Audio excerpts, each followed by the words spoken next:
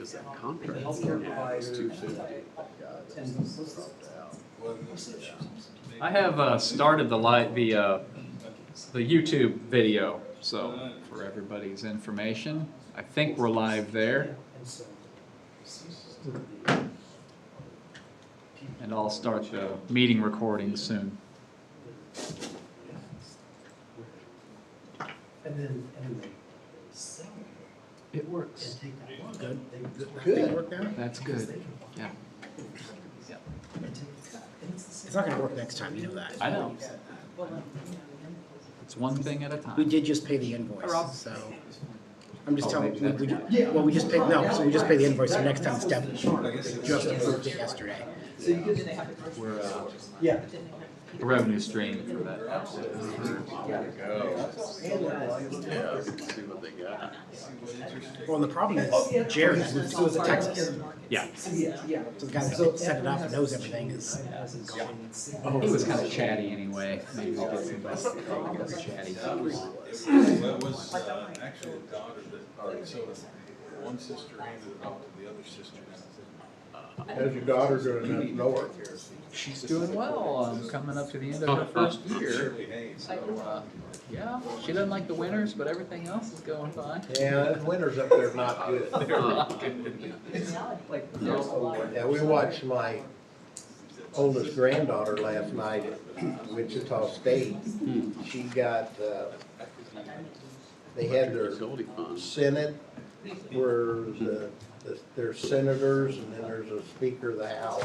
Oh, yes, And they have that for student body in Wichita, and she got nominated and got also voted in as some liaison between the Wichita staff, teachers, and the students. Weren't you on? I was student body president. Yeah, okay. Well, she is doing that, and she got voted in last night. So Cool. we watched her do her acceptance speech and everything on YouTube. Oh, It was kind of neat. Yeah. That is a good training ground, Yeah. good training ground. Yep. That's true. Oh, gotcha. Yeah, I see what you're saying. Yeah. No, volume, there was. Yeah. Well, did you have any trouble with getting this, everything went together well? Yeah, well, with Bonnie's help and the department heads, all got me this timely, and Brandon helped out with the vehicle equipment replacement stuff, and it all came together pretty well. Good. It takes some time to do that. You gotta swim in a sea of spreadsheets for a couple weeks. That's what you do. But yeah, it all came together pretty well. It helps that revenue is way up and valuation. There's no money pinch problems that helps with that. Originally, that's why Lisa went back to work. Was just with my own privately insured. The costs were just going so high that.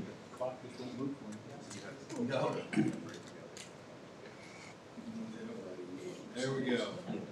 7 o'clock. I'd like to call the May 5th December City Council meeting to order. Let's start with roll call, please. Lane? Here. Ritter? Here. Michael? Here. Daniels? Here. Murdoch? Here. All are present. Okay, I would invite you all to please rise and join me in the Pledge of Allegiance. I pledge allegiance to the flag of the United States of America and to the republic for which it stands, one nation, under God, indivisible, with liberty and justice for all.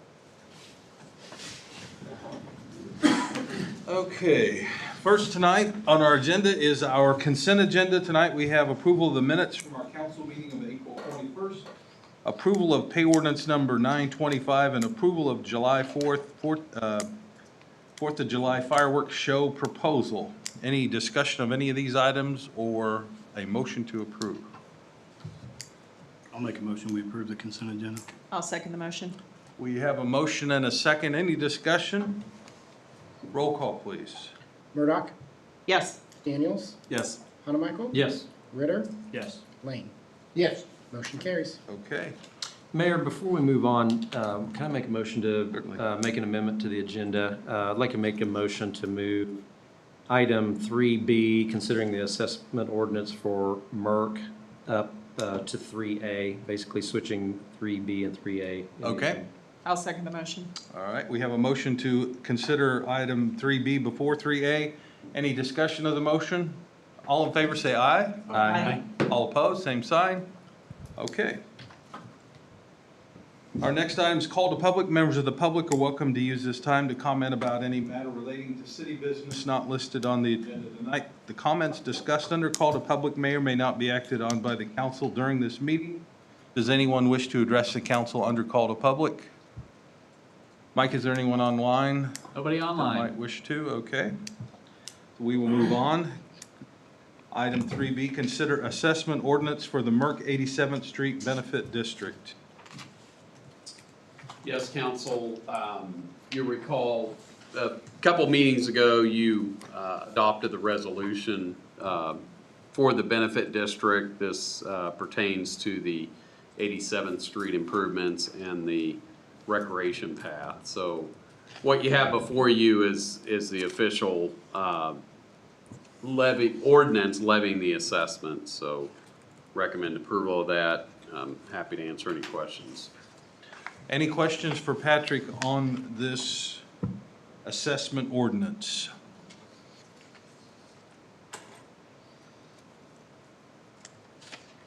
I'll make a motion then we approve ordinance 2534 levying assessments for the improvements to 87th Street and the recreation path that will be constructed at the same time. I'll second that. All right, we have a motion and a second. Any discussion of the motion? Hearing none, roll call, please. Carmichael. Yes. Daniels. Yes. Lane. Ritter. Yes. Murdoch. Yes. Motion carries. Okay. Mayor, before we proceed to the next two agenda items, as you're aware, I'm in conflict, so I'll have to recuse myself. Okay. from those items. I would ask the clerk to note that Councilman Hanamichael is leading the meeting for these items. Thank you, gentlemen. You bet. Thank you. Weather's gonna dry out just in time to start. Yeah, let's hope. So noted.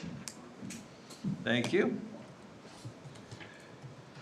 All right, item 3A, consider revisions to development agreement with Flint Development to incorporate base grant funding and project delivery changes. Mike, is that you? Yes, council, this is an item that actually came out, we had it on the agenda when the packets were delivered on Friday, but we didn't have the amendment ready till Tuesday. So I sent out an email on Tuesday morning with a brief description of what this entails. We had discussed it with the EDC Incentives Executive Committee last week, last Friday, as a matter of fact, and that includes the mayor, Councilman Daniels, and Councilwoman Murdoch. Essentially, what we wanted to do was memorialize the fact that Flint Development did get a $6 million base grant funding for their project. And we wanted some commitment on Flint's part that funding would be used for part or all the public improvements portion of their development and not necessarily go toward the private side. They quickly agreed to do that. In addition, in conjunction with that, really kind of sort of unrelated, but at the same time, Flint expressed a desire to take over the delivery of the sanitary sewer project that the city had agreed to do in the development agreement. And that was essentially the construction of roughly $5 million of sewer collection pipe, a pump station, and some force main to be done before December 31st of 2023. The city had that responsibility in the development agreement. Flint, because of some economies of scale and that they already have a design build team in place, asked to take that project over. So this amendment does that. It incorporates that concept. It also understands and recognizes that the base grant is brand new. The state is still kind of working through the process of administering that, how those funds are delivered, when they're delivered, how that mechanism works. And there might be some future tweaks to the agreement because of that, related to timing on how those funds are applied toward the public infrastructure portion. Flint's also agreed to proportionally reduce either the amount of money the city's required to bond for water or sewer improvements, or the benefit fee that another development might have to pay if they come into the benefit district for the road at a later date. all of it's good, all of it increases the city's position, makes the development agreement more favorable for the city and also to Flint as well. So we're recommending approval of the amendment. And just on a technicality, the development agreement was approved at the first meeting in April. That stands. That's still the development agreement. This is an amendment to that agreement. There was some discussion that we might go and kind of undo that approval and tweak the language there, but we thought it was best and more cleanest to do it this way, that this is an amendment to that. So I'll stop there, answer any questions, All right. Patrick. We do have, Kevin Wimpy is online if you have any questions for him. Okay. Questions for Mike, Kevin Wimpy, or Patrick on this from council? I think it's an exciting thing that we have this problem, right? We got an extra $6 million for a project in the city, so it's a good thing that we're having to deal with this, so. Yeah, I was gonna say the same thing, I don't really have a question, but it's kind of a, $13 million of improvements and $6 million of it is from a grant. I think that's really speaks highly of Flint and really well for us as far as being able to do that. And I think it's also really good for us that they're taking over the project improvement on that sewer. I think that'll keep Relieves our staff of a lot of staff. responsibility Yeah. and time and effort, sure. Yep. So Mike, on the benefit district, language as far as the residential versus who the assessment would be applied to from the last meeting, you mentioned. Oh, that- right, yeah. Where is that in the, Well, so it's not in the amendment.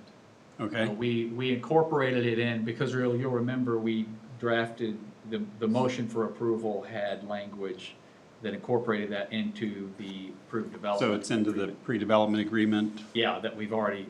Did you send out a new copy of that has that in there? I could, I don't think we have done that at Okay. this point. We did, No. we did Yeah, I distribute, thought we saw it. Did we not see it? well, I think the exec committee got the language Okay, by email that day we discussed, on Friday, but I don't think the full council has seen that. okay. So I'll make sure we get that out we can do that tomorrow. And,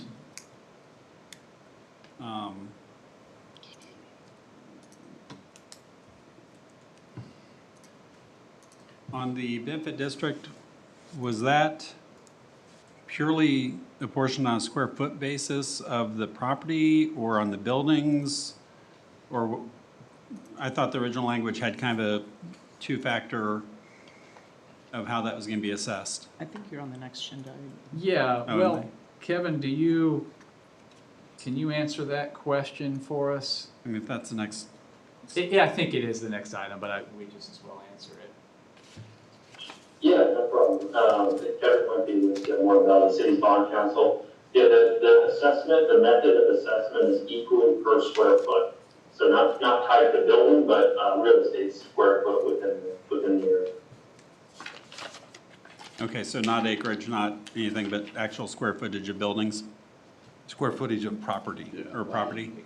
and Kevin, as I recall, it only applies to those first-tier lots, or first-tier properties that immediately abut Edgerton Road, is that correct?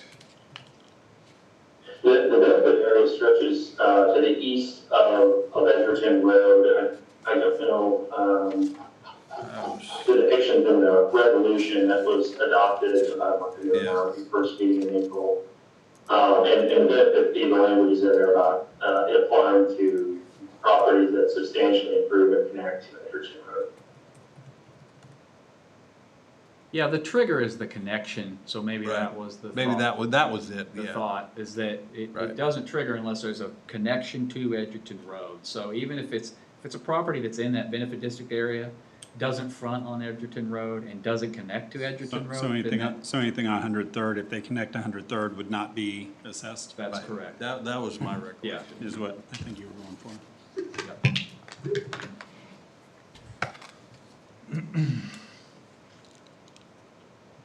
Any other questions or discussion points on the amendment to the development agreement?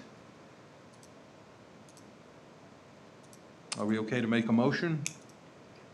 I'll make a motion, then we have the mayor sign the First Amendment to the development agreement between the City of DeSoto and Flint Commerce Center LLC. I'll second that. All right, we have a motion and a second. Any discussion of the motion? Hearing none, roll call, please. Murdoch, Yes. Daniels, Yes. Ritter, Yes. Lane, Yes. motion carries. All right. And then item 3C is consider assessment ordinance for the Flint Edgerton Road Benefit District. Just like with Merck, this is the formal step to make the assessments on the property. And it is ordinance 2536. Any questions for Patrick or Mike or on this item? On the third whereas, the waiver, 100% of the property is liable for the assessment. What properties would be considered liable for the assessment at that point?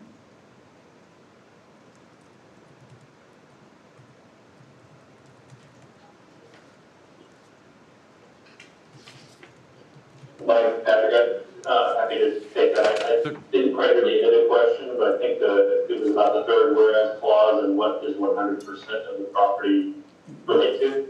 Yeah, as far as the benefit district's more than just the Flint property, so did this require waiver from any property that might be in the benefit district, or just Flint, or what? What 100% is the Flint-owned property to the east of Edgerton Road.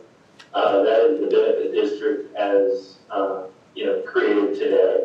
Okay. And, I think the question gets confusing when we talk about the benefit area. And folks from the benefit area who would connect would have to submit, their own petition when they connect to the street, Edgerton Road, before they would be considered part of the quote benefit district and be liable for assessment. Okay.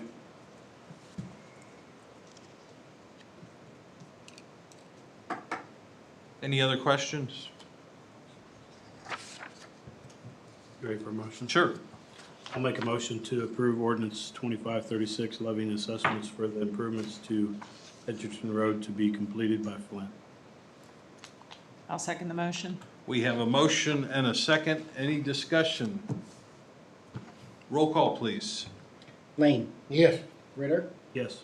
Daniels, Yes. Murdoch, Yes. motion carries.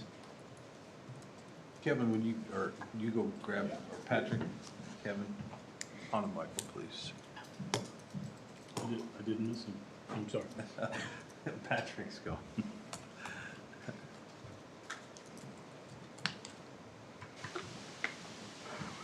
You do a sound check there, Brad? We're good. Yep, we're there, we're there. All right. I will let Kevin return to his chair. And the clerk has noted that Councilman Hanemichael has returned to the meeting. We will now discuss item 4A, discuss 2023 Cdbg project. All right, thank you, Mayor and Council. It's that time of year again where we have submit our Cdbg grants, or grant for the upcoming year. Actually, it'll be constructed in 2023, most likely. We don't get the funds usually until really late in calendar year.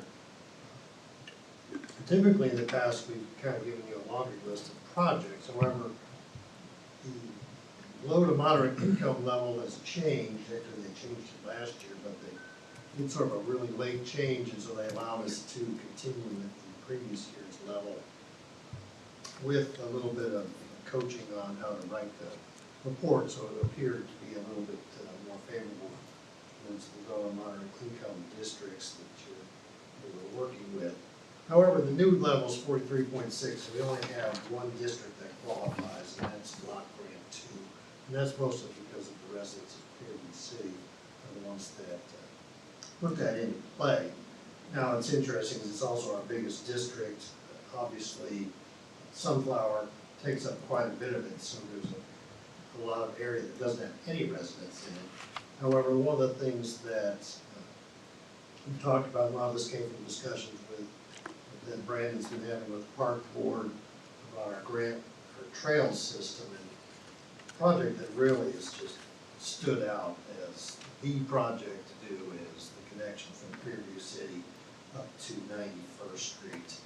And that's what I've got shown there in red, because it's in that district. It serves the people that are really sort of driving that low and moderate income level. And also, Clearview City has really no pedestrian paths anywhere. I mean, it just cannot connect to the city. Occasionally, not very often, but I do see people walking down Lexington to get to town from Clearview City. And this would provide a very good, safe route, not only to shopping areas or the areas on Commerce Drive, but to the schools, also Lexington Lake Park. So it really, to me, it really stood out as the project. Now, once again, it's your decision. And other projects you might have in mind, but it seemed to really just hit a home run in my estimation. Additionally, I'm talking to Mike, we can submit for 2 years, up to $100,000, so we can just pour everything we have for the next 2 years into this project. And the other reason I bring it up is we have to do an interview when we submit the grant. After we submit, I have to go for an interview. And the committee's always asking about Clearview City, why aren't you doing something in there? And I always have to explain to them, well, the whole property's privately held, so we don't have any roads right away or utilities within that area, so we really can't touch it. But here's an opportunity to do something that I think would clearly benefit those residents and also residents of DeSoto. I mean, we're starting to work on all this connectivity. At some point, we will want to have trails and paths into the Sunflower area, and this is just a perfect opportunity for provide that connection. Another thing that Brandon's going to follow up on with his item tonight is how we can also sort of parlay this into using the Cdbg money as a match for the grant that he's going to discuss on item 4D. I also show on the projects that we listed, I thought they stood out a lot better on my computer screen than they're showing up on that screen. But our 2021 project is Leah Street and the water line. Just got that approved, and we've issued a notice to proceed to Sheets Construction, and then also the CDBG project. We're getting ready to get that out to bid. So that's what we have going right now, and I'm going to stay for any questions you may have. All right. And I do have a public hearing scheduled for the next council meeting to bring a formal recommendation and decision on community development block grant for 2023. Questions for Brad on this project idea? Just a question, I like it, I like that staff is keeping in mind ways to use other funding to accomplish things that were in our overall Parks goal. Did Parks Board weigh in on this at all? Not this particular, the CDBG portion of it, but when we get to the grant that I'm going to talk about on 4D, we let them know that this could be used, that we're working with Brad on this item.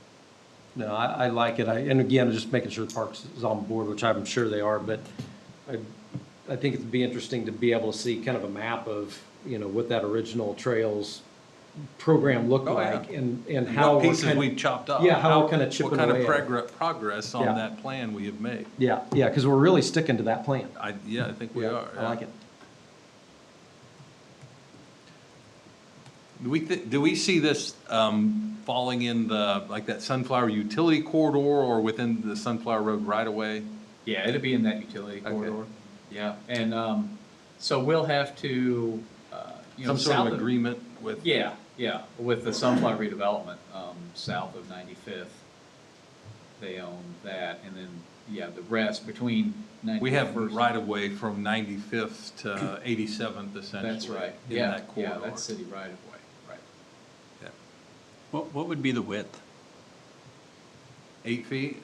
Well, so. Or your width of The the right of federal way? grant- The sidewalk? Okay. The federal grant requires 10 feet. Okay. Yeah. Is that right? Okay. The KDOT grant require, and I'll touch on this in 4D. Their requirement is 10 feet unless there was some particular reason why you couldn't do it, either space or it being prohibitively expensive. Yeah. That's on the KDOT section, on the Yeah. KDOT federal But grant. if we don't get that and it's just a CDBG project, we'd likely go with 8. 8 foot has kind of been our Okay. standard. It's the one we put on, on 91st Street. Probably be 8 feet. Okay. Yeah, I knew the KDOT number, I just didn't know if that didn't happen or how that would play into width on this. Okay.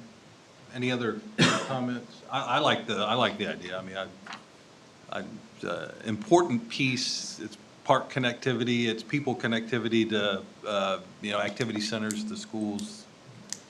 It's, and it's two-way as well. It puts us another step closer to connecting the Sunflower Nature Park to the rest of our system. So that's just another little leg along 103rd Street. And then we've got another park connected. I think it's just great. So a public hearing next meeting, at the next meeting? Yeah, don't need any action tonight, just want to get your input and which this is Okay. coming up for the next council meeting. All right. Thank you, Brad.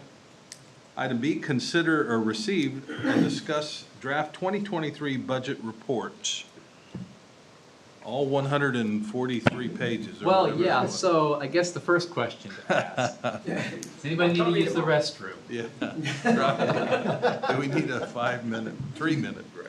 I'm good. I intend to give you the 10-minute version, rather than the 1-hour version. Tonight's discussion really is to kind of brief you on the overall status of the city finances from revenue side, where we are now on a snapshot, where we project revenues to be in the next year to 5 years, and then the general policy considerations that are baked into a very preliminary draft budget, which is in its infancy form, I would say now. And to get your feedback on some of the policy decisions that are in here that we'll discuss in a little bit. Any other ideas for new programs or change in direction. There's also a tie into new personnel, which would mean an organizational chart change. So we have that on the agenda for the next item. That's really the intent. We can drill down as much as you want. There's not a lot of detail to drill down to at this point, but some of the larger, broader, more policy-related items is kind of what we're looking for feedback on. So to start, this year's budget is, we've said it every year for the last 3. It's completely different than last year's picture. We have new challenges, new opportunities, new factors to consider. Most notably, a volatile economic period from a standpoint of bidding on capital projects.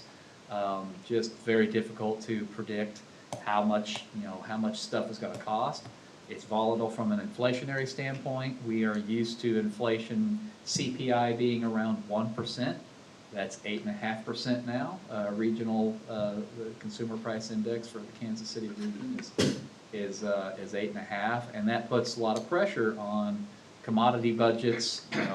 Everything from buying office supplies to asphalt to even contracting services. So there's upward pressure there. There's also considerable upward pressure in the labor market. Very tight labor market persists. We've had, I think we've discussed here, difficulties hiring at the lower end of the pay scales, having to adjust that. Other communities are no different. We're looking at significant pay increases in order to keep the existing, from a retention standpoint, and also to recruit new hires. All that is offset by a very rosy revenue picture. Assessed valuations are up 18% citywide on average, and only about 1.8% of that is new construction. Most of it's increased in property value. And so that's unprecedented for us, 18%. We've not seen the likes of that. It comes with an opportunity to roll back on the mill levy to the degree where, you know, we can consider a significant mill levy reduction. This budget that you see here in front of you has about a 1.6 mil reduction.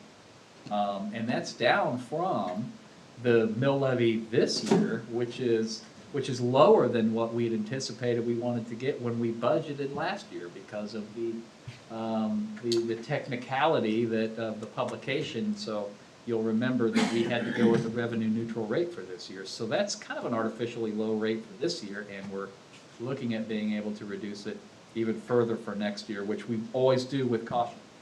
On a utility side, we've been able to hold water and sewer rates level for the past 4 budget cycles, but with inflationary pressures, we're no longer going to be able to do that. We simply must account for at least a portion of the inflationary effects that we're seeing. So I'm recommending some increases in water and sewer rates for next year. Also, we have worked into the budget for this year modest increases in both of those utility funds.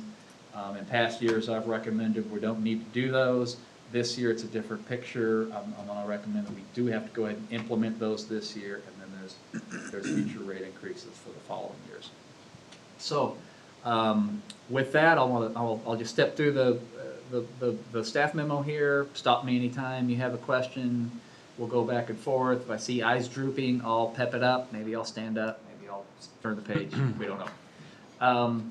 But first things, budget timeline. I'm going to skip over here. I think you've seen the budget timeline before. It hasn't changed. Exhibit A is the timeline. Essentially, the introduction is tonight. I think when I put this together, I wasn't thinking that we'd have a draft budget ready for you, but in essence, we kind of do. The capital improvement plan, you'll remember, we intend on working that discussion into our budget process this year, so we haven't done that yet. I do have the CIP is outlined in the projections that we'll go over in a minute, and a list of prioritized future CIP project is provided. Not exactly prepared, and I hadn't intended on having a very detailed discussion about the CIP. I think that'll take place. We'll do that at the next meeting. You know, obviously we're open to any discussion, but kind of swapping that for at the next meeting. At any rate, so the next several council meetings, we have budget discussions rolled in. We have a July 7th deadline on a resolution stating the intent to exceed the revenue neutral rate, which I think regardless, you know, even though we're rolling the mill levy back, the budget that's in front of you now does contemplate exceeding that rate slightly, and that's almost universal among the other municipalities in the county. I don't think there's anybody that plans on adhering to the revenue neutral at this point. Everybody's still kind of in their budget infancy like we are. At any rate, so that's in July. You know, the final budget under kind of the new calendar doesn't have to be actually submitted and done until September or October. So we have a longer period than we're used to. So that's the budget calendar. On our, like we always do, formation of our budget really has as much to do with 5-year projections as it does with line items for next year. And so we continue that trend. And those projections are based on these year-to-year percentage adjustments, which I've shown here in the staff report. And obviously, we'll make that part of the budget document. In general, the intent is to remain conservative on the revenue side, projecting future revenues lower than we think, conservatively low, and projecting future appropriations conservatively high. And that's changed this year. Some of these numbers are, on the appropriation side, we're trying to account for inflationary increases, more so than we've had inflationary pressures in the past. But the biggest kind of projection change that we've had really relates to sales tax, and I'll get to that here in just a minute. So on the revenue side, we did talk about the valuations. The 2023 valuation report is 18.32% higher than last year. Only about 1.8% of that is from new construction. So this table here gives the total valuation of the city from 2017 through 2023. So we went from 66 million in 2017 to what we're estimating for our budget preparation purposes be about 108,000 or 108 million for 2023. The revenue neutral rate, we talked about this, of course, last year. This year is a little different. So on the public information side of it, last year was the first year for this revenue neutral rate law, and it went into effect last year. But the one concession the legislature gave to the municipalities was that this county clerk did not have to send out postcard notifications to all taxpayers that the city's intent to exceed the revenue neutral rate. There was only public hearing requirements to be held here at this, and those are published in the paper.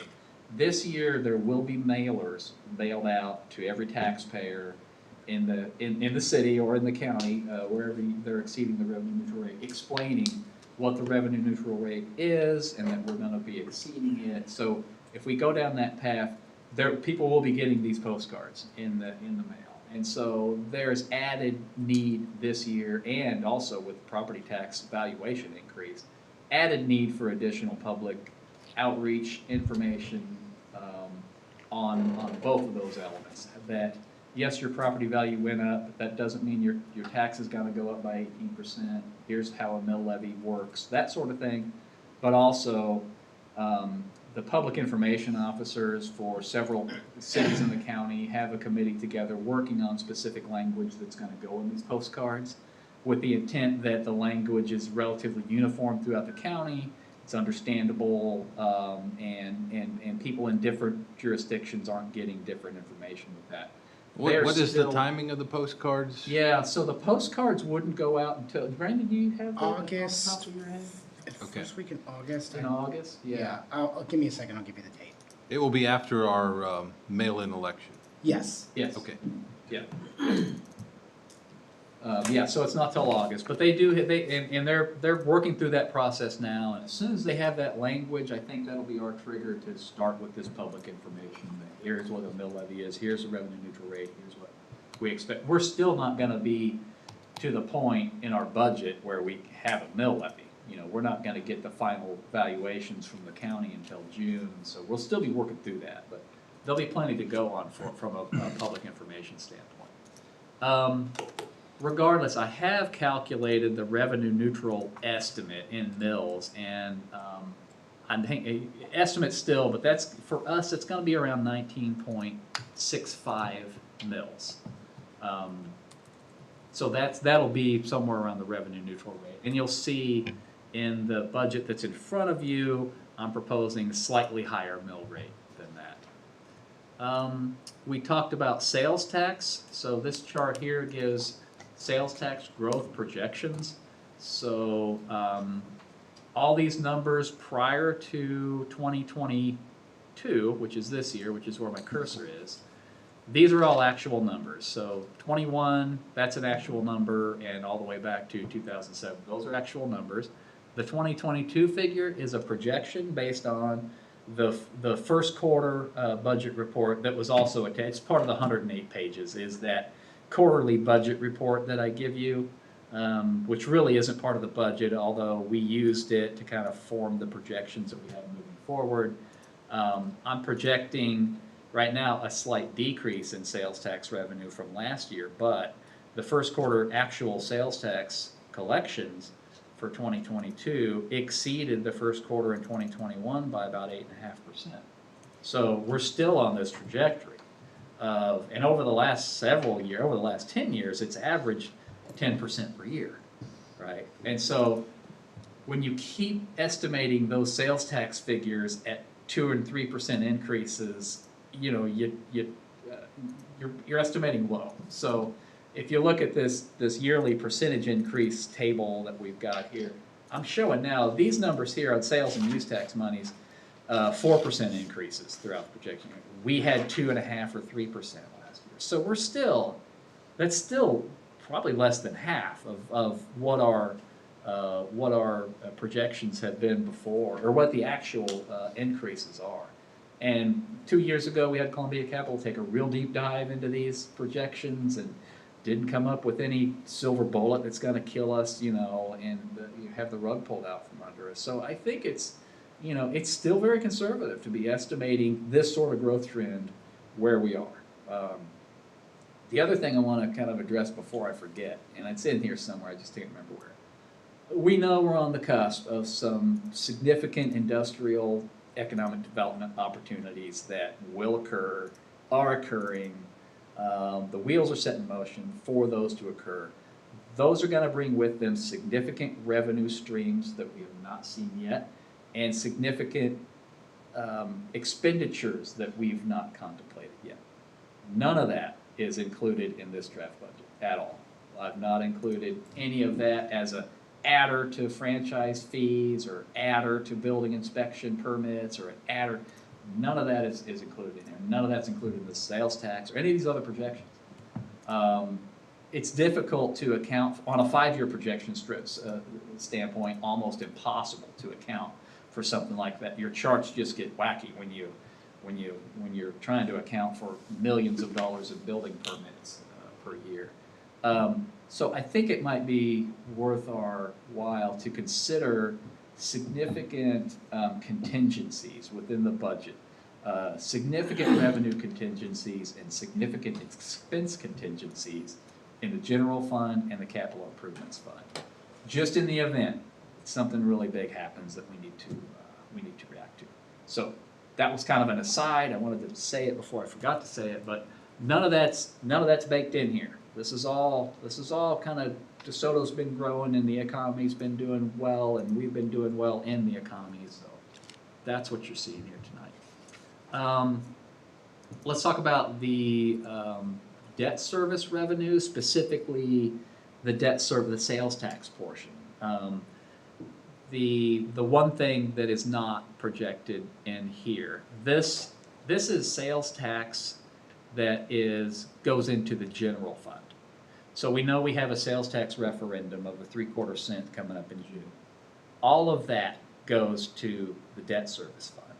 So if the voters vote that down, these projections do not change.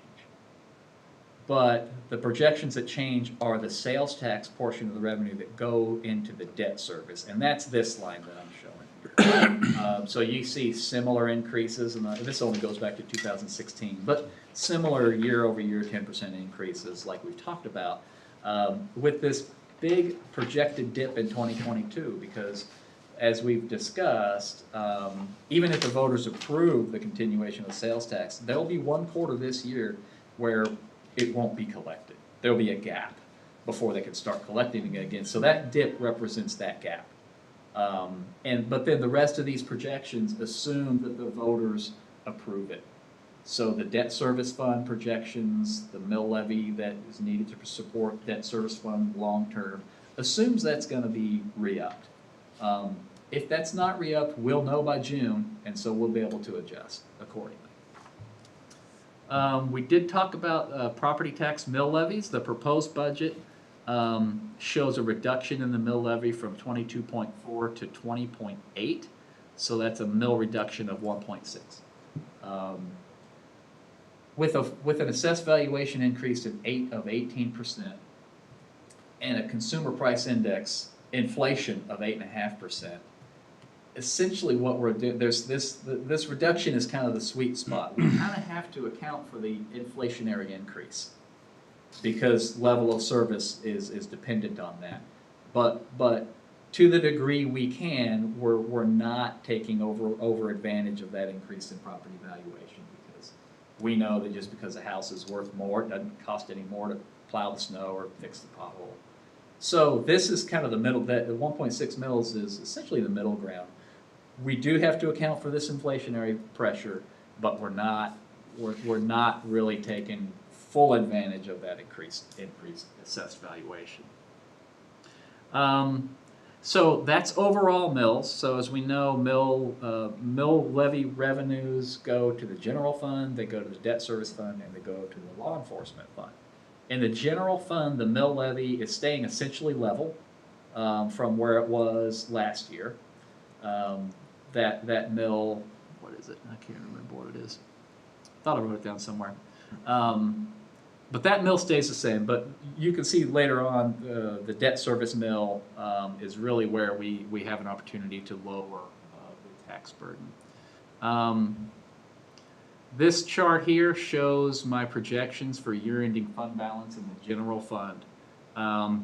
It's a little bit weird looking because these spikes here in 2021 and 22, you see are the dark blue line is the year-ending fund balance as a percentage of appropriations. And the reason I'm showing that is because we have a fiscal policy that says the target is to maintain a general fund balance of 30% of the annual appropriations. That's the target. You can see here at the end of 2021, we're close to 74%. And I'm projecting by the end of 2022, we'll be down to 50%. And the proposed budget further lowers that, so we moderate that toward 30% by the end of the projection period. The reason these are so high is because of the COVID Relief Act funding that we got. In 2021, we got $600,000.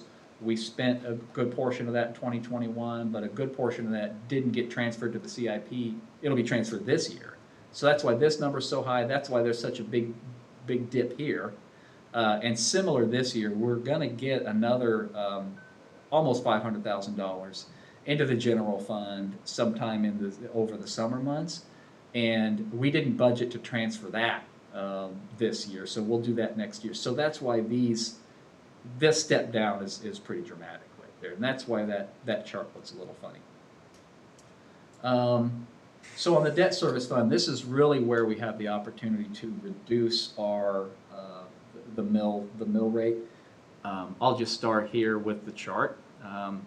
The debt service fund, there's not any need really to maintain a really big balance in the debt service fund. We know the obligations going in, we know the collections coming in, the obligations going out. There's not this big potential for unexpected expenditures in that. So there's not a big reason to have a big debt balance in the debt service. So you can see in 2023, the balance is projected to take quite a big jump. And the reason for that is because of, well, there's several factors. The refinancing that we did in last year, that we refinanced a lot of debt, issued a pretty big debt issuance there. That has helped with the future projections on the fund. And then sales tax revenues, like we talked about, increasing year over year, really is added to the health of that fund.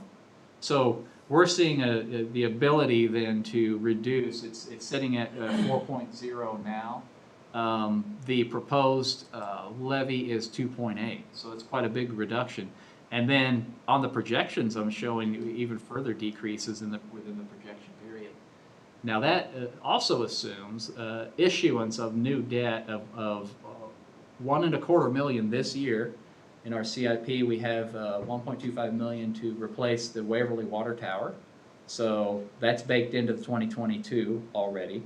I've also included the benefit district payments, the future benefit district payments for the benefit district we just approved for the rec path along 87th Street, assuming $500,000 for 10 years at a 3% interest rate. So that's baked into there as well. And then also, there's an opportunity for a capital improvements bond next year of $5 million. Those debt service payments are also baked into this. Now, the capital improvements, the debt service fund receives transfers from the water, from the sewer, from the general fund to pay off debt service that has been obligated for those funds too. So this isn't just general obligation money. This is revenues from sewer, revenues from water that also go into the debt service fund. So To the degree, from a policy perspective, we like to separate out the debt on the water and the sewer, on those revenue funds from the general obligation, because we don't want general obligation tax money funding revenues, funding those, those other funds. They should stand on their own. And from a policy perspective, we've done that. Law enforcement fund, it's kind of the same message with the overall fund balance. Not a big need to maintain large balances here on a year-to-year basis. Our law enforcement contract has been very stable. You know, there have been increases here and there, but don't expect any more than just the inflationary increases there. I think there's a good opportunity to reduce that mill from 5.2 to 4.8 mils and still be very, very conservative with the fund balances there. So this chart here, the table and the chart show the overall mill levies, the total tax mill levy for all funds. 2017 started at 27.06, and the projected budget is 20.8. Here's how that looks on a chart. Looking forward, we haven't really done this before, but looking forward in the 5-year projections, we're showing further modest mill levy reductions through the projection period, down to less than 20 mils by 2028. Other revenues in the fund, general fund, franchise fees, court fees, planning fees, all those other fees are projected to increase.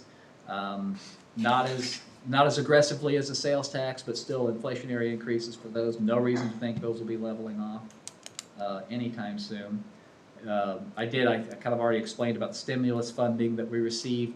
All that's going into the capital improvements fund, so we can program that funding as we look at this, the CIP.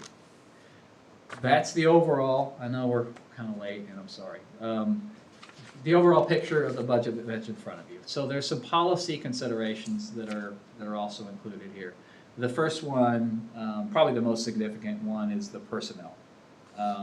In discussion this with other county managers throughout other cities, or other city managers throughout the county, everybody's feeling the pinch of the labor market and wage increases, and they're also, the inflationary increases are a driver as well. But employee retention and recruitment is becoming increasingly difficult.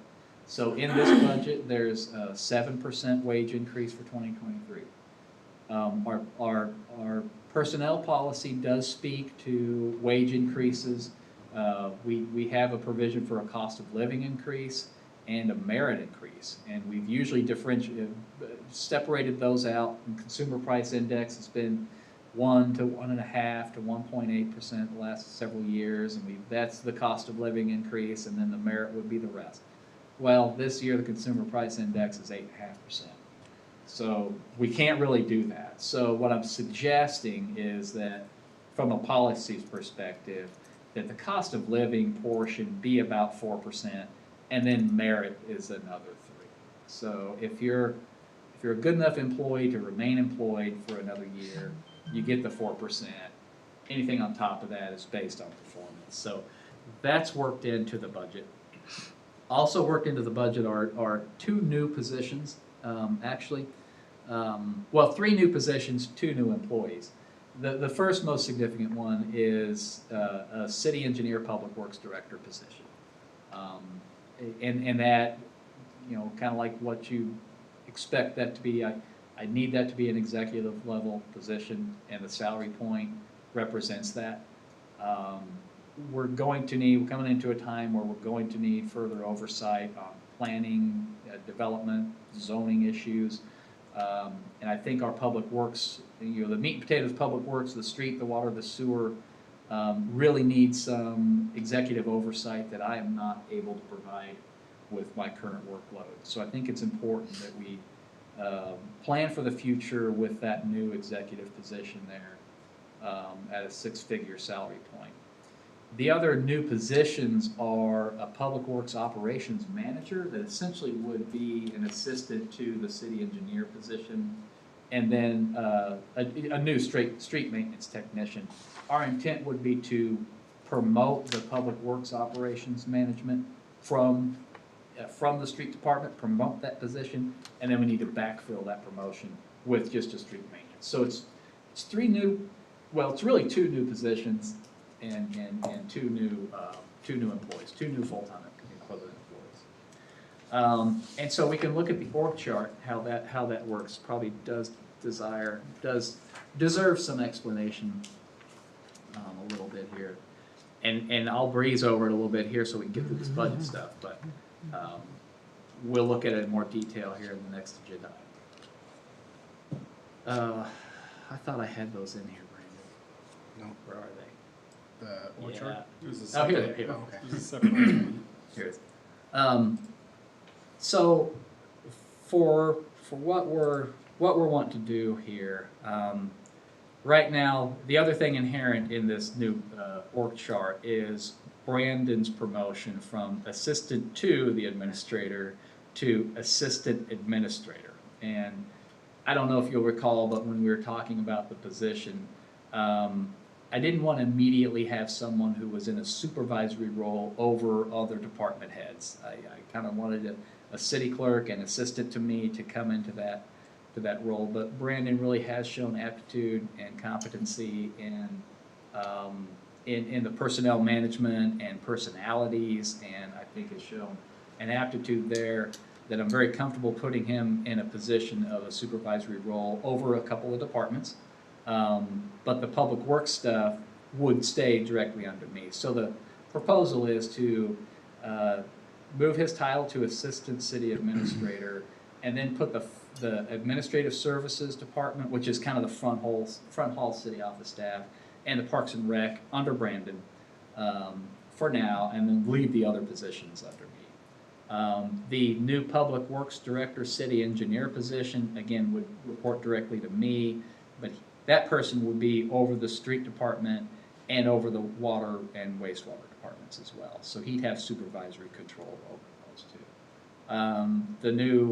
That person's new kind of assistant public works operations manager position is shown here just as directly under him, and then we backfill with the street maintenance position there. So that's the concept on the personnel side. I feel like I should stop, but maybe I should just keep going, and stop me if you want. I'll just keep going. going. We're almost to the end.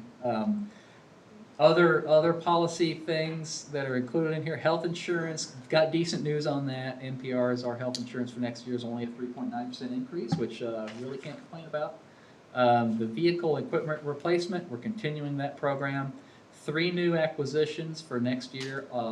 All 3 of these replace existing equipment, so they're not additions to the fleet, but they're replacements.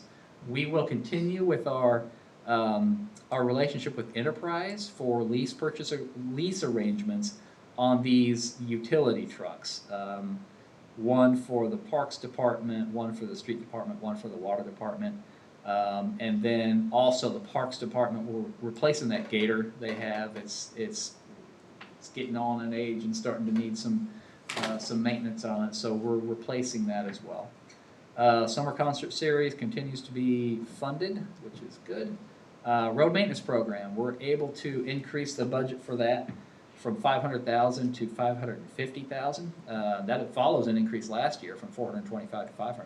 So, part of what when we're talking about rolling back the mill levy, and of course, a council decision, but you could choose to roll that back further, and this is a kind of a low hanging fruit, when you're adjusting for that. So, but the budget that you have there and the 5-year projections show that at a $550,000 level, which I think is a positive. Talked about inflationary increases. The other addition to this budget is a parks maintenance fund, similar to the asset management funds that we did for this building, the aquatic center. What else do we have? Oh, for the water and the sewer departments. This was Jay's request that we have a similar one for the parks maintenance. He requested that be funded at a $50,000 level. The budget includes a $35,000 level. We'll treat that the same way that we have those other funds. It'll live on. Money that's not spent will roll over, and we'll develop a program for that. Economic development opportunity, I already talked about this. Don't want to rehash that, but really, that's not really included in this budget. The capital improvements plan, I did include the prioritized list of possible capital improvements. We could talk about all that if you want to. Didn't plan to go into too much detail about that tonight, but we can take that up in earnest at the next meeting. And then I can show the spreadsheet, the CIP spreadsheet that's in the staff report really is, the last time we approved it was in the first quarter of 2021. We really haven't looked at it, touched it since. The 2023 budget that you have in front of you just kind of takes those projects that were already there and plugs those in. So there's adjustments too. With the $5 million opportunity we have for a bond in 2024, the CIP essentially has $5 or $6 million in projects that can be programmed when we come to that. Want to talk a little bit about the water and sewer fund. Like I indicated, I'm proposing increases, 4% increase in the water rate for the water fund. Expenses, like I mentioned, continue to have pressure, inflationary pressures on them, but we have crafted that so that the fiscal policy is met by maintaining a 30% fund balance in that fund. Similar on the sewer, I'm proposing a 2% increase in sewer commodity charge as well. The sewer fund future projections also aim toward, actually sewer fund's a little healthier, but it's a much smaller fund, so minor differences in that fund affect that number a little more drastically. So, are we worn out on budget yet? I did want to afford the opportunity to talk in general terms or specific terms about anything that's on here or any new initiatives that you'd like to see programmed with the intent of further refining the numbers as we go forward and having a much more detailed conversation about the CIP starting at the next meeting. So I'm going to stop. Okay, questions for Mike? I don't want to belabor any of this too much, but I do have a couple broad questions. So I wondered, you're addressing this contingency situation, and I had wondered that when things come up like Merck, coming to build a road and hey, now we can do the trail, but this is something that's not budgeted. Or economic development opportunity pops and we've got to respond. How does that contingency work? Does it show up like a contingency on a construction budget where it's just going to show up in contingent revenue or expenditure? How does that work? Yeah, so what we've done for the last 5 years, we've had a $750,000 contingency line item in the general fund. So when things like that come up, and we've had several of them, the park, the band shelter, the stage shelter, is one of those. Well, we can take it out of contingency, and we can account for that in next year's budget. So it's a $750,000 line item on the expense side that we could use if we choose. The council can use on an individual year basis. Essentially an undesignated line. It's just an undesignated line. Absolutely. And this year, we also included a $1 million contingency in the capital improvement fund, 2022. We have that baked into the CIP this year. And is that number related to the COVID relief money? No, not really. It's independent of that? No, the CIP really was intended, well, the contingency in the general fund, it got its start with this idea of budgeting to zero. You want to budget all the revenues to show that you're going to spend all the revenues, so you're not carrying over large sums of capital or of cash. But how we've used it is just like you described.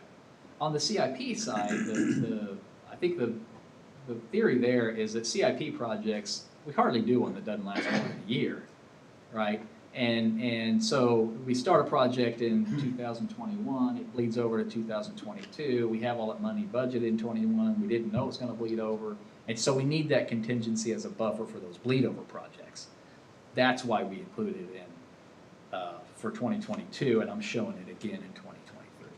But in terms of like these charts here, The overall fund balance, we don't assume that we're gonna spend all that contingency. That's backed back out, And so essentially it kind of carries forward. carries forward. Yeah. Yeah.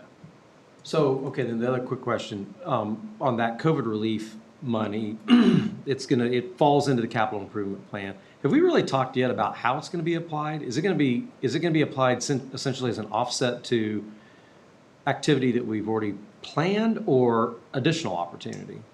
We have not talked about how that's gonna be applied, but because we have not really had a conversation about the CIP. Okay, Yep, now, it is time bound though, right? it is. We have 2 years.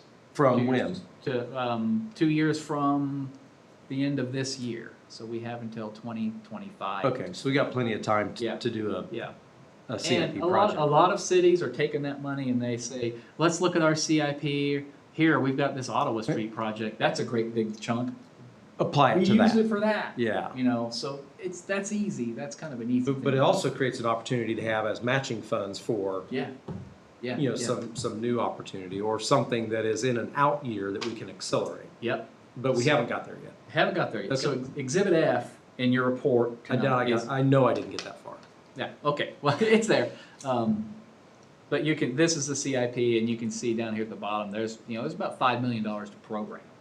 Assuming we're okay with a $5 million bond issue in 2024 to fund. So, That's all I got. yeah, thanks. Okay. Anyone else? Mike, I got one question on the enterprise stuff. Is it, these projected numbers for salvage, when they sell, Oh, yeah. are we seeing an income? Yeah, Brandon, Come back on we some of that. we've So- only done one. We have not sold any of the vehicles yet. Okay. Yeah, okay, that's we're- right. Besides we didn't- Yeah, with supply chain issues, Enterprise is kind of caught up in that whole thing, so we're waiting on vehicles right now. But no, we have not sold a vehicle, but part of the Enterprise program is that they do an analysis and they will basically tell you if it makes sense for us to sell it on Purple Wave because it's not worth much, or what they will do is they will take it and they will sell it themselves, take a small fee, and they'll basically move it to where they think it's gonna get the best price. Those numbers that we have for salvage value came from them, but they came from them a year and a half ago. That's what I wondered, because when we So- first talked about it, when they discussed, there being potential profit for a lot of these large trucks. Because Yeah. there was a need for them out there, and then they would, I guess, prorate that back into the new. It does. That's how it works. Yeah. It especially with Doug Smith as a Traverse on a 1-year cycle. Apparently, those are very profitable vehicles, and they're estimating about a $6,000 profit for the city. Yeah, that's the only vehicle we've taken. That's why I was curious, how many we actually been Yeah. doing? Just one. So we're contracted for 4 right now, and we've received 1. Right. We're gonna get an update in, I think in the next, I have a meeting with her in about a month to get an update on the timeline, but they're caught up in, like everything else, supply chain issues. Yeah, there's And the some lightning is a trucks pipe that dream right send now. people home Right. without- We're on the list, but. Without total parts in them, so. No, I just wondered how well that was working and if we'd seen success in that, so. Yeah, well, funny thing, Enterprise said, okay, your pilot year's over, let's go ahead full bore, let's replace all your Did they stuff. And we're really? like, hold on, we have Yeah, got right. one vehicle, we need to see how this thing's gonna actually work. You haven't delivered anything you promised. Yeah, so far it's not working so well. Yeah. I mean, it's not costing any money, but, Right. Well, I spoke to them with another entity as well, and it seemed like it was gonna be a very wise choice for us to continue to do. on so. paper so far, yeah. So I was just wondering if it had worked out. We'll see. Thank you for that. Yep. That's all I have. Okay. With economic development potentials, whether it be something breaks with Flint, whether it be something breaks with just any of them, would that be incorporated into budget? I know you've talked, it's kind of nebulous at this point, but at what point would it actually become Yeah. truly incorporated of needing to numbers in the budget? I think the majority of that, the majority of our impact would be on the capital improvement side. you know, if a big producer goes out there that's a big user of water and sewer, we're gonna have to do water and sewer plant Well, expansions. that's kind of what I was thinking was That's more all, on the that's plant capital side. improvement stuff, yeah. But there's also, I mean, not to be dismissed, is, you know, the building inspections department, the planning items associated with those. There's gonna be fees coming in, you know, on both of those. We are gonna have, I mean, it's likely. If, Just hours worked and submissions for some of these. yeah, Do Yeah, we- yeah. Do we have the staff for inspections at this point, or would that be, no, we don't have staff for inspections to inspect 15 million square feet of building in the next 5 years, no. that's No, we something don't. we should go ahead and be planning And that's, for as far as like the inspection staff? Because I mean, yeah, we yeah. know things like with Flint or whatever, I mean, Flint specifically, but we know things are gonna happen at some point in time. Right, And right. do we wanna be playing catch up of, oh, now we need to add them, or do we wanna have it where it's budgeted, where we're already accounting for the fact that we're going to need? Yeah, and that's kind of the balance I wanted to point out, like now, is that next year we can figure it out. We put a contingency in, we do something, but those projections, like how much of that do you really project on the revenue side? How much do you project on the personnel side? And, you know, we have an org chart that kind of gets us a little further. But I had a good discussion with Cameron about that today. And yeah, we're talking about his department, you know, adding 3 inspectors, you know, and those being fully funded by building permit review fees. That's. Yeah, I wonder, because it looked like the code enforcement was probably gonna take a hit if that person remained the True, same. yeah, So- yeah, we have an inspector that's gonna be spread pretty thin, with some of these public works projects, right, so, that's all. Another question similar on that lines, has there been discussion with, the sheriff's department on any additional costs because of the annexation or because of that growth out there? I'm assuming it's probably not much this year, but next year or the year after, as far as requiring an additional deputy Yeah. or things like that, has that been discussed where that's inclusive in some of the budgeting projections? Again, it's been discussed, you know, we've had economic development proposals for mega projects, yeah, you know, more than one. And we did extend, when we annexed, we extended the boundary down to 127th Street when we did that annexation. But as far as our budgeting, Yeah. So no, not really. We haven't had that detailed discussion with the sheriff's office at this point. And we haven't had an indication that this year's budget's gonna be, or this year's Renewal? contract is gonna be growing No. by any substantial amount. No. But even some of them, like, we already saw mowing, right?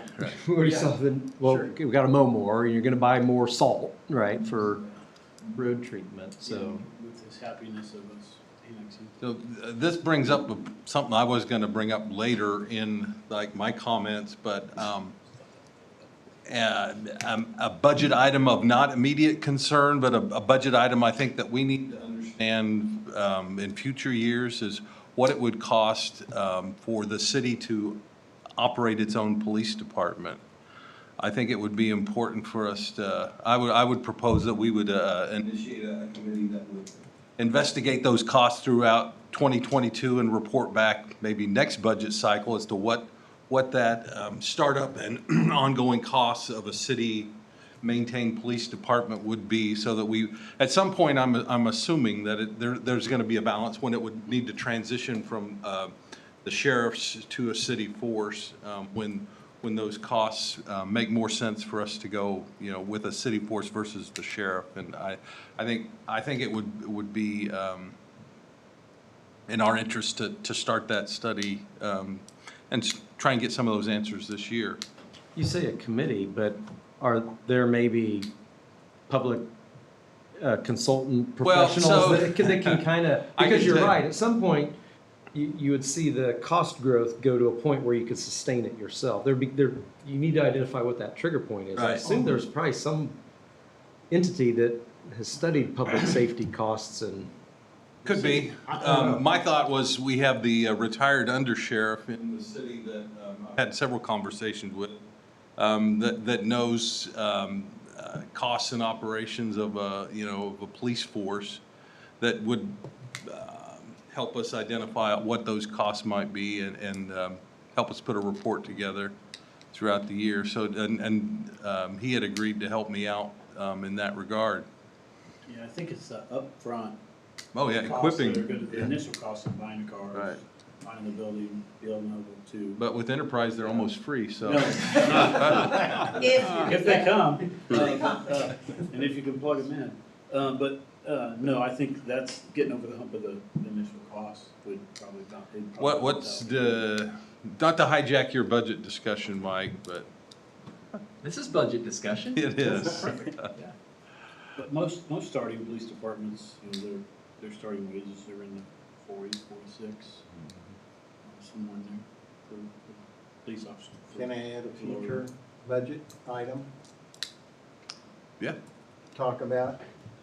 I was approached by a group of people that wanted to ask us, maybe at some time a point where we can join Lenexo, Olathe, Kansas City, Public Art Fund.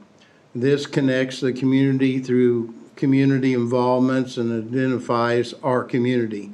A good example is Lenexa with their sculptures and the Peace Pole Walk that they did last year. It generated a lot of revenue and a lot of publicity for the city and drew a lot of people to come out and look at the exhibits. And as you know, I think it was about 6 years ago, they did the Cow Project over in Kansas City. And then Olathe did the Boot Project where they had the boots at the different locations for art. And just to let you know, the Kansas City just had the Parade of Hearts, and Cindy Heller from DeSoto actually has her heart on display at the Kansas City Power and Light District. And so we had a local artist there. I wanted to propose maybe in our next budget that we establish a public art fund through the capital budget of 1% to go to that or into the general fund or under Park and Recs. Now, this wouldn't have anything to do with the funding of the once-a-year program that the Art Council and those people have for their art shows and stuff. What this would do is we could go work with developers, and they could contribute to a percentage of a project and commission to the public art, and the locations could be, in front of their business or funds or fund locations if it doesn't work well for an art project at that site. This funding with the Art Council, but funds would be maintained and distributed with the governing body of the city. It wouldn't be governed or taken care of by the Art Council. They would just be an entity of advisement and stuff. And they also wanted me to tell you too that they are looking into a project now of another mural in town here. And they are also got bids out for art sculpture right now. So they're both working on those two projects. So they wanted me to bring that up before you guys. And this funding proposal I had written up, and there's no amount deal. This is just what the other cities do. And I think we're at the point now with our cities growing enough that maybe we could do that too. And then you can take one of those and pass them down to the rest of the council. And so I wanted to bring that budget item up and give everybody a copy of what I'd written up there to let you guys think it over as we're talking about future budget items. So, thank you. Thank you, Mayor. And I think the green space with everything and stuff like that might be a way to contribute to some art in the parks, things like that. So, What does 1% come up to? I don't know. That's what I was. 1% of what? Exactly, right. The 1% of like the sales tax or however we wanted to look at the funding, either through a sales tax or, Is that It three-quarters might be raise? better to kind of try and establish what the program would be, what it will fund, and how much you need to do that, because there's so many revenue sources. Yeah. I don't know that we need to identify a particular source, but if it's in the Yeah. general fund, yeah, there's lots of sources. or put it under Park and Rec. Yeah, well, that's in the general Yeah. fund, you know. And- yeah. So maybe it'd be a better way to kind of go about the other direction, and let's establish some priorities about what we want to do with it, how much that'll cost, what we think the vision is, come up with a dollar figure, and then work at it that way. Because yeah, it's the scale, it's the order of magnitude type scale that I kind of wonder about. I think on the Kansas City, Missouri side, the part of it that I know is I think their percentage to art is like a $5 million construction project would have 1% of that 5 million arts Oh, okay. associated, with that I project. see. So Okay. whatever that, I'm not, $50,000, yeah. So a $5 million project they would expect a $50,000 art project to go along with that. And I know that was applied, I believe, to the airport. I don't know that it was 1%. I think it might have been a little bit more than. It was more than More. 1%. But I think, when I heard you say one capital budget that you got underlined here, that's kind of what I think of, is a lot of times it's allocated towards CIP projects. Right. When we do it, when there's a public project done, there's a percentage that. If it's a bridge, there's a certain Right. amount that's, Yeah. to be decorative art associated with it, that kind of thing. Well, that's just, Okay, wanted to give that to everybody and thank you. all for right, thank listening. you. Beautifying your city. Mike, I'd like to kind of go back to one thing that you kind of skipped over here was the recreations programming specialist. Yes. That we are you have chosen not to do because of the whole, the space that Jay would like to use, obviously, is the chamber space. And I kind of have a little bit of a problem with that in the sense that, number one, we haven't really made headways for the chamber to go somewhere different. And number two, the chamber kind of seemed to survive for 2 years without even using this space most of the time. So I kind of feel like arts and our recreation program and what we could use this person for in growing activities. I'm always looking for amenities for our citizens too. Senior programs, programs that involve computer classes, what all these ideas that Jay has here. And I hate it keep getting put off because we don't have a place to put the chamber in our building, and yet the chamber didn't even function out of it in a day-to-day basis for 2 years. So the building spot can't be what the chamber is all about.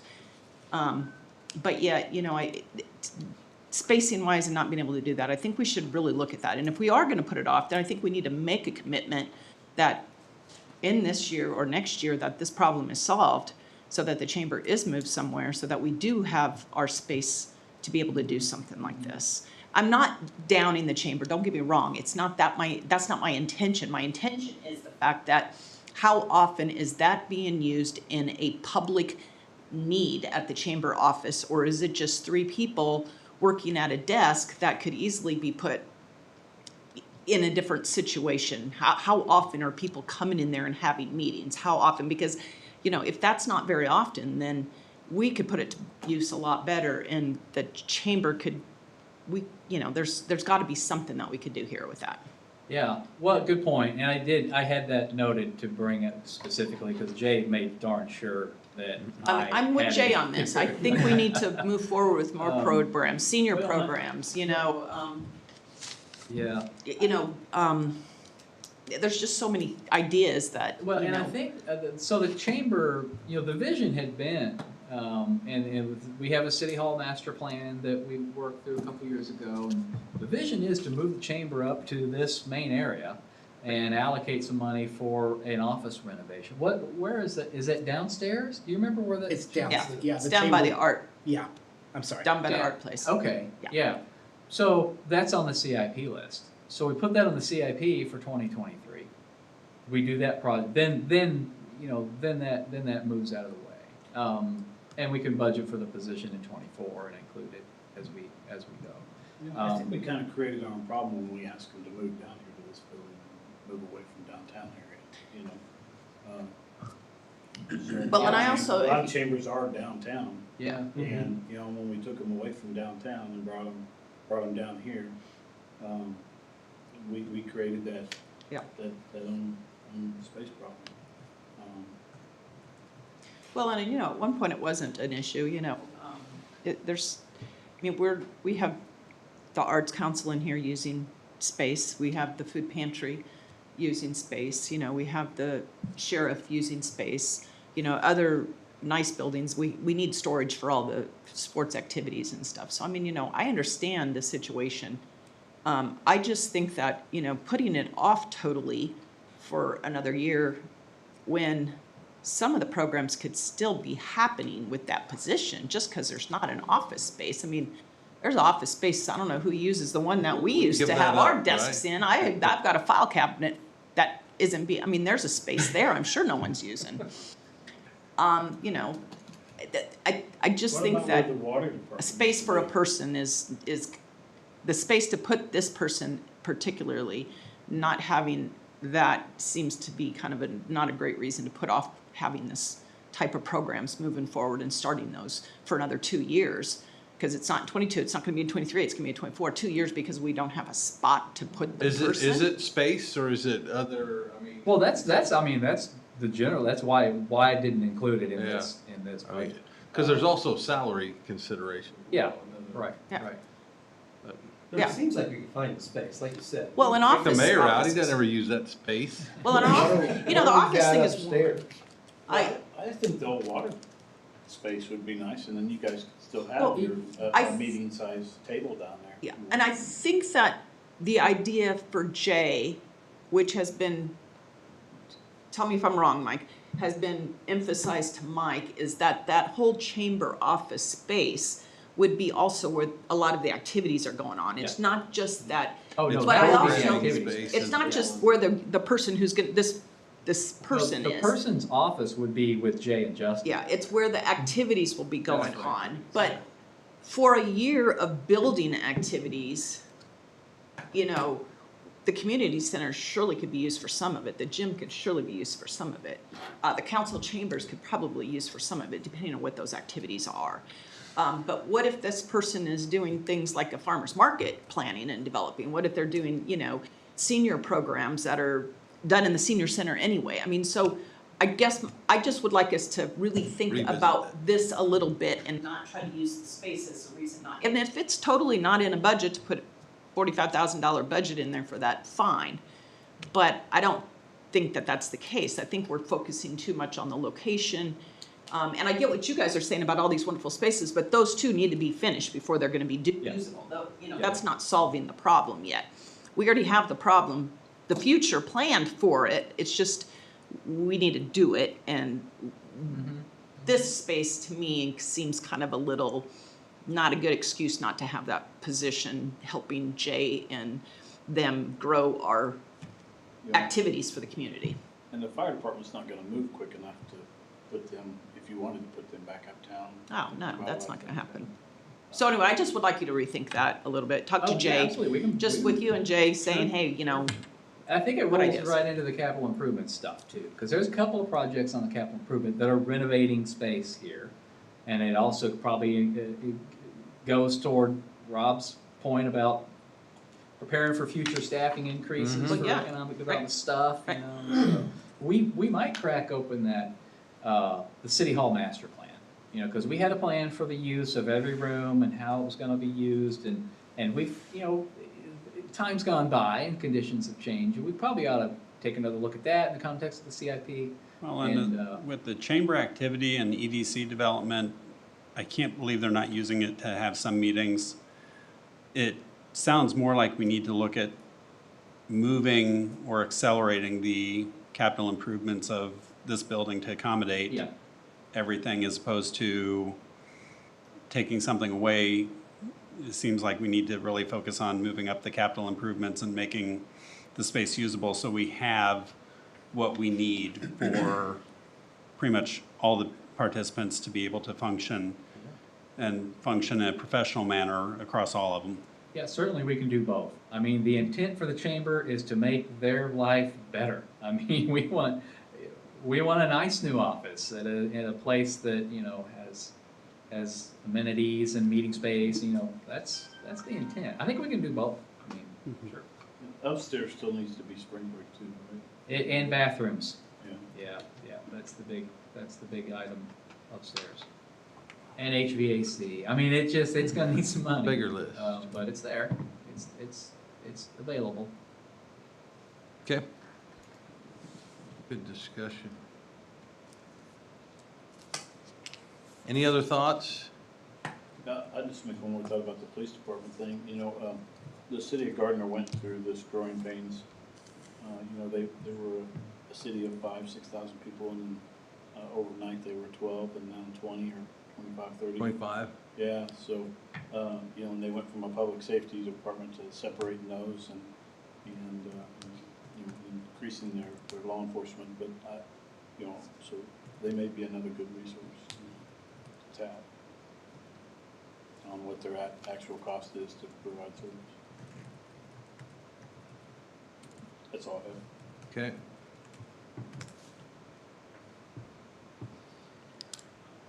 So I guess to close the loop on that, then I would propose that we would kick off a, I don't know, what would be the word for it? Public safety, Feasibility study? feasibility Yeah. study? Community police force feasibility analysis. Not with the intent of immediate implementation, but the intent of identifying startup costs and ongoing costs. I would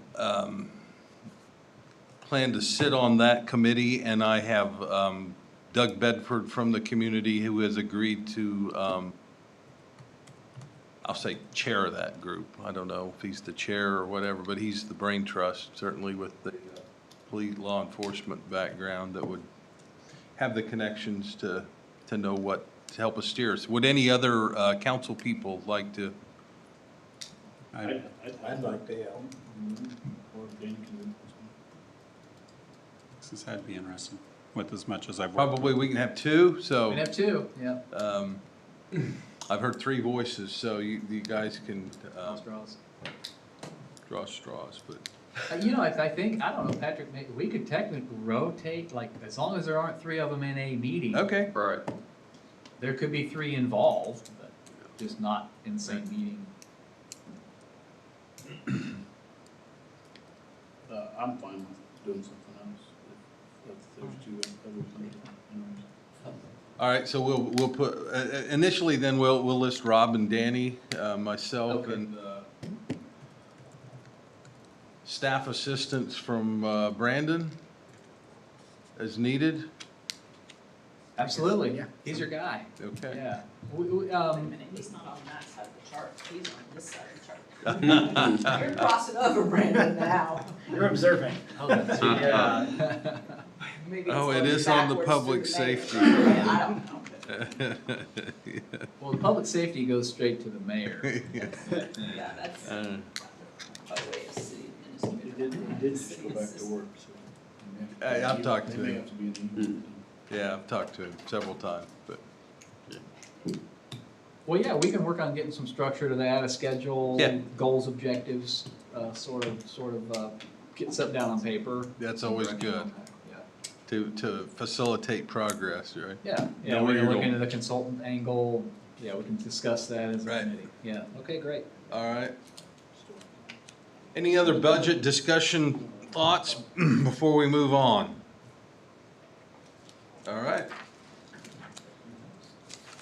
So do you think we have effectively covered the revisions to the organizational chart, or do we need more action on this item? I would like action on that, only because the org chart is part of the personnel policy All right. manual, and you guys have formally adopted that, so I'm asking for your adoption of this org chart labeled 2223.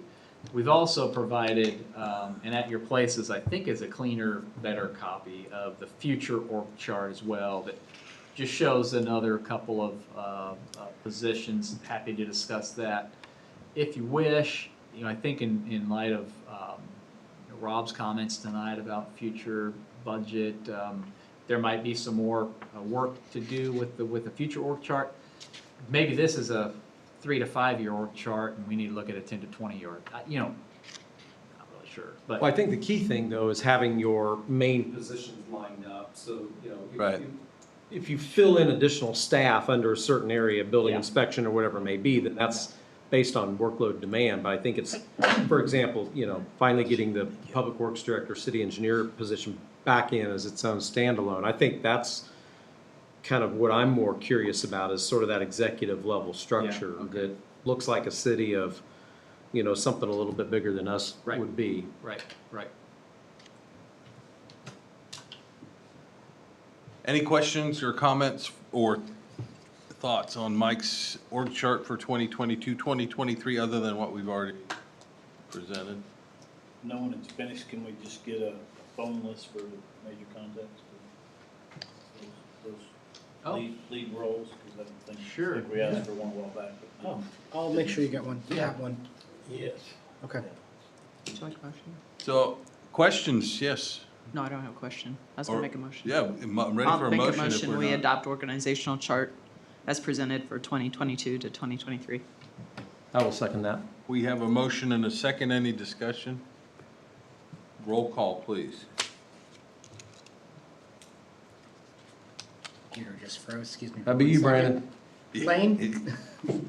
Yes. Ritter? yes. Hanamichael? Yes. Daniels? Yes. Murdoch? Yes. Motion carries. All right. Item 4D, consider resolution in support of transportation alternative grant. Yes, Mayor and Council. This is a follow-up from the December 16 council meeting where we discussed the proposal from the Park Board for a bond referendum. After the presentation, the Park Board decided to pursue a grant funding instead of a bond referendum. So over the last several months, the Park Board has revised its original proposal and decided on 4 recreational trails that link some of the underserved and disconnected DeSoto neighborhoods to schools, parks, and the downtown district. The grant opportunity being considered today is through the Kansas Department of Transportation. The grant is called the Transportation Alternative Program. This is grant funding for pedestrian and bicycle transportation projects such as recreational trails and bike lanes. The proposal in front of you contemplates 4 8 to 10 foot off-road recreational trails. The grant requires a 20% cost share agreement with KDOT, paying the remaining 80% of the grant award. And the total dollar amount for the grant application is roughly $4.9 million. The maximum local cost match or cost share would be approximately $973,000. However, the total pool of money for the program is $18 million across the entire state. So it's unlikely that all of these projects would be approved. However, our 20% match would only be for each approved project. So for example, if the state approves only the Sunflower Road to from 103rd to 91st Street, the city's cost share match would be $217,000. We've been working with PEC, one of our on-call engineering firms, to assist with cost estimates and to help us navigate the application process. The application is due on May 13th, and KDOT anticipates the award announcement sometime this summer, with bid approval of projects scheduled for late summer 2023. The 4 projects are Sunflower Road from 103rd to 91st Street. This is a 10-foot asphalt trail. It's approximately 1.5 miles long and runs north and south. Brad has kind of discussed this in further detail, but it runs along the east side of the road and creates a path from 103rd on Sunflower Road to Lexington Park on 91st Street. The estimated cost is $1,089,000. 20% of that would be $217,000. This particular section is eligible for, we could use the CDBG grant matching for this particular trail, so it would be approximately about a $17,000 total of city revenue if we get this particular grant and we get it with CDBG. The next one is Sunflower Road from 91st Street to 87th. It's approximately half a mile long, and it runs north and south along the east side of the road. It's a connector from the Lexington Trail Park up to Sunflower Road to 87th Street, and this would tie in to the proposed trail in the Merck Benefit District. Its estimated cost is $896,000. 20% of that would be $179, excuse me. The third is Killcreek Road from 95th to 83rd Street. It's a 10-foot asphalt trail. It's approximately 1.6 miles long. Right now we have it running along the east side of the road with easements and property acquisitions estimated at approximately $68,000. The trail would run along Killcreek Road and connect 83rd Street and 95th Street. And if the project is approved, we have contacted KDOT and they are aware of the project and they are ready to start a right-of-way agreement on that KDOT bridge at Killcreek and K10. We would need some right-of-way. There is an agreement that the council would have to approve and the Kansas Department of Transportation would have to approve. I'm assuming that this project was approved through the grant application. We have not entered into that agreement because we don't need it unless it's approved. That project is estimated at $1.2 million. 20% of that would be approximately $240,000. The final project is the 83rd and Laramie to Corliss Street. This is an 8-foot concrete trail which matches the material that's already on the road. It is approximately 0.7 miles. And the trail right now is proposed to be running on the south side of the road. The cost estimates include 2 bridges, one along 83rd and Waverly and one near 83rd and Corliss. The reason why this trail is narrower than the others is just the terrain is very difficult. A 10-foot trail would be prohibitively expensive in this section, and we have brought that to the attention of KDOT. The estimated cost is $1.6 million, and the city's cost share would be $334,000. The resolution in front of you is a pledge of support for the 20% required grant match, and I'll stand for any questions and recommend you approve Resolution 1075. Okay. Questions for Brandon? I think the only thing I would offer is a comment. I don't know that it really makes any difference, but it seems like, well, certainly the Sunflower Road Trail is much more than a recreational. I think to better capture what we're doing, it's a multi-use, multimodal, and it seemed like in the past it was important that you mentioned that. It's certainly in the grant applications and probably in our resolution of support, it might be important as well that we note that this is more than just a place to go walk. This is actual connections in our community that we need so that we have pedestrian connectivity to areas of the city that are currently unconnected. Yeah, and as such, would it also be eligible for a CMAQ application? Possibly could be, Because yeah. well, I mean, once you start to stress the multimodal part, which this one clearly is, then maybe if we don't get it here, we go after a CMAQ grant. CMAQ funds. So I would get, I guess, and I think the only spot that's mentioned in the resolution is in the title, I think. Yes. So I would ask that we would change that from recreational to multi-use or multimodal trails.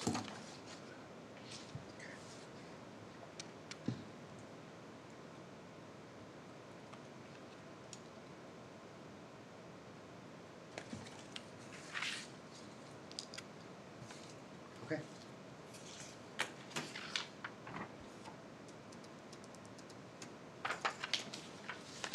Any other? Are bikes Question. allowed to ride on these trails? Yes, 'Cause we see a lot, Hence the multimodal. right. we see a lot of bikes on, 95th there. And, it'd be nice as they come down towards Killcreek, you say. A lot of people are distracted drivers. All right, so could I get a motion then? Yep. Are we- we're in agreement to, I'll make a motion, we approve resolution 1075, declaring the eligibility of the city of DeSoto, Kansas to submit an application to the Kansas Department of Transportation for use of the Transportation Alternatives Programs Fund set forth by MAP 21 for the DeSoto Multi-Use, Multimodal Trails Project I in the like city that. of DeSoto and authorizing the major to sign this application. Second? we have a motion and a second, any discussion? Roll call when you're ready, Brandon. There's that motion real fast. Okay. Lane, Yes. Murdoch, Yes. Ritter, Yes. Daniels, Yes. Hanamichael? Yes. Motion carries. All right.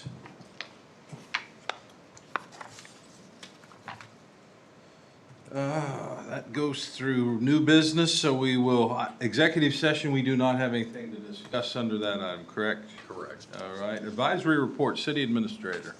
Just one thing, wanted to bring your attention to an email I sent out earlier this week.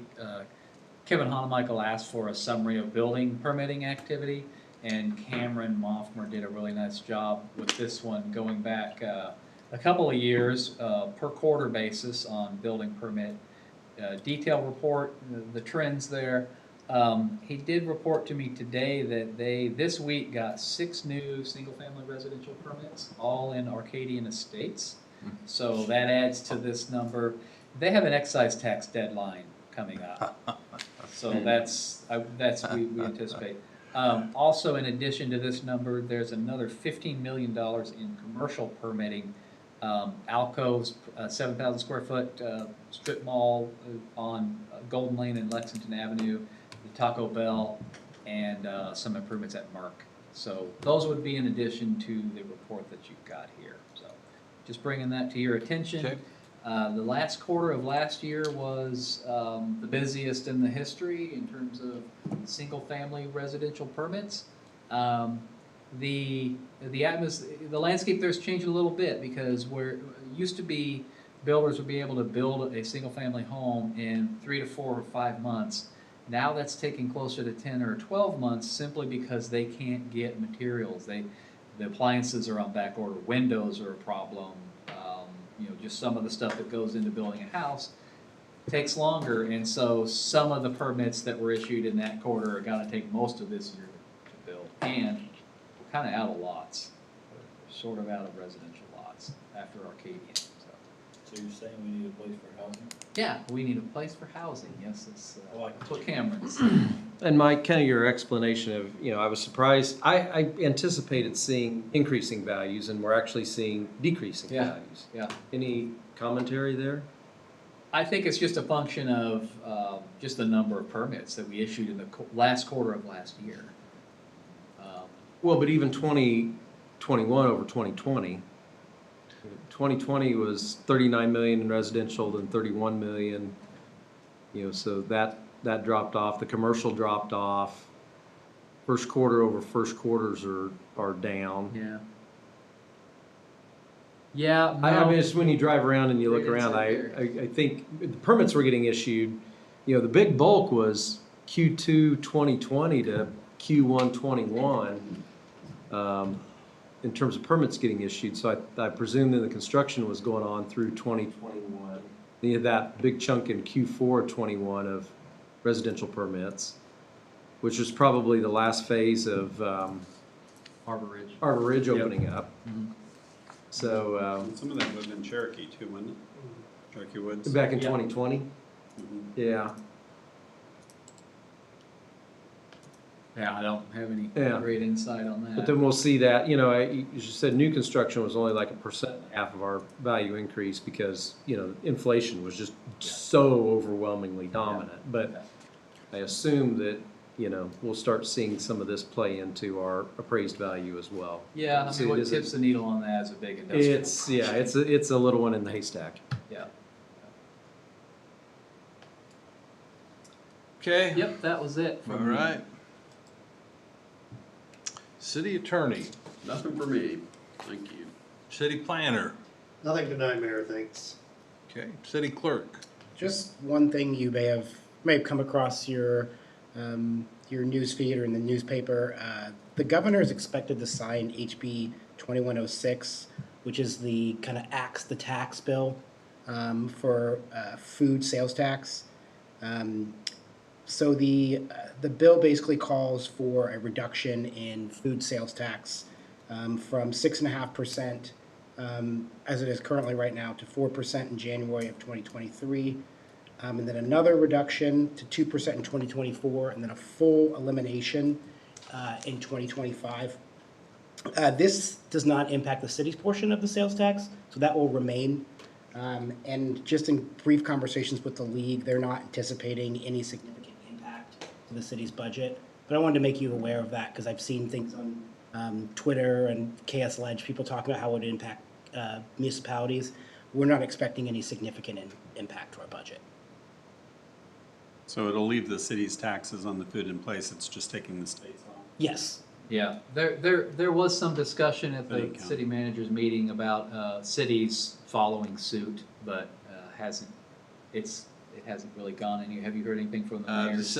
I don't see any, based on discussion at the mayor's group, I don't see any city wanting to take the lead and Yeah. eliminate, because it's such an important part of everybody's, you know, budget, you know, sales tax and grocery sales. All the cities in the county are a big part of, so it would create a big hole that everybody'd have to fill somewhere else, and nobody wants to raise property taxes, so. Yes. That's it. All right, thank you, Brandon. Council comments. Danny, would you like to start tonight? Yes, Mayor, I'd like to thank you yourself and the city administrator, and also thank Council Member Daniels and Murdoch for the day of prayer and taking the lead on that and showing up for that. And I want to thank the Park and Recs crew for the work they did down in the auditorium with the sound system and the chair facilities, and thank God for that. So thank you, Mayor, that's all. All right, thank you, Danny. Kevin? No, I had a couple items, but I spoke to Brad about one, and Okay. and then another personnel issue that Good enough. he's gonna take care of, so I don't have anything, thank you. Thank you. Rob? Any update on Water District 7 service? As far as, Yeah, are they gonna be able to serve, or are they for thinking? Flint, you mean? Are they thinking they won't? Do they even know? No, the last update we heard was that they're still in the process of figuring out exactly what sort of improvements they might need to their system to provide service and quantifying that from a dollar standpoint. Those discussions have happened primarily between Flint and Rule 7, with us saying, you know, at any time, if you guys are ready, we're willing and able to provide service.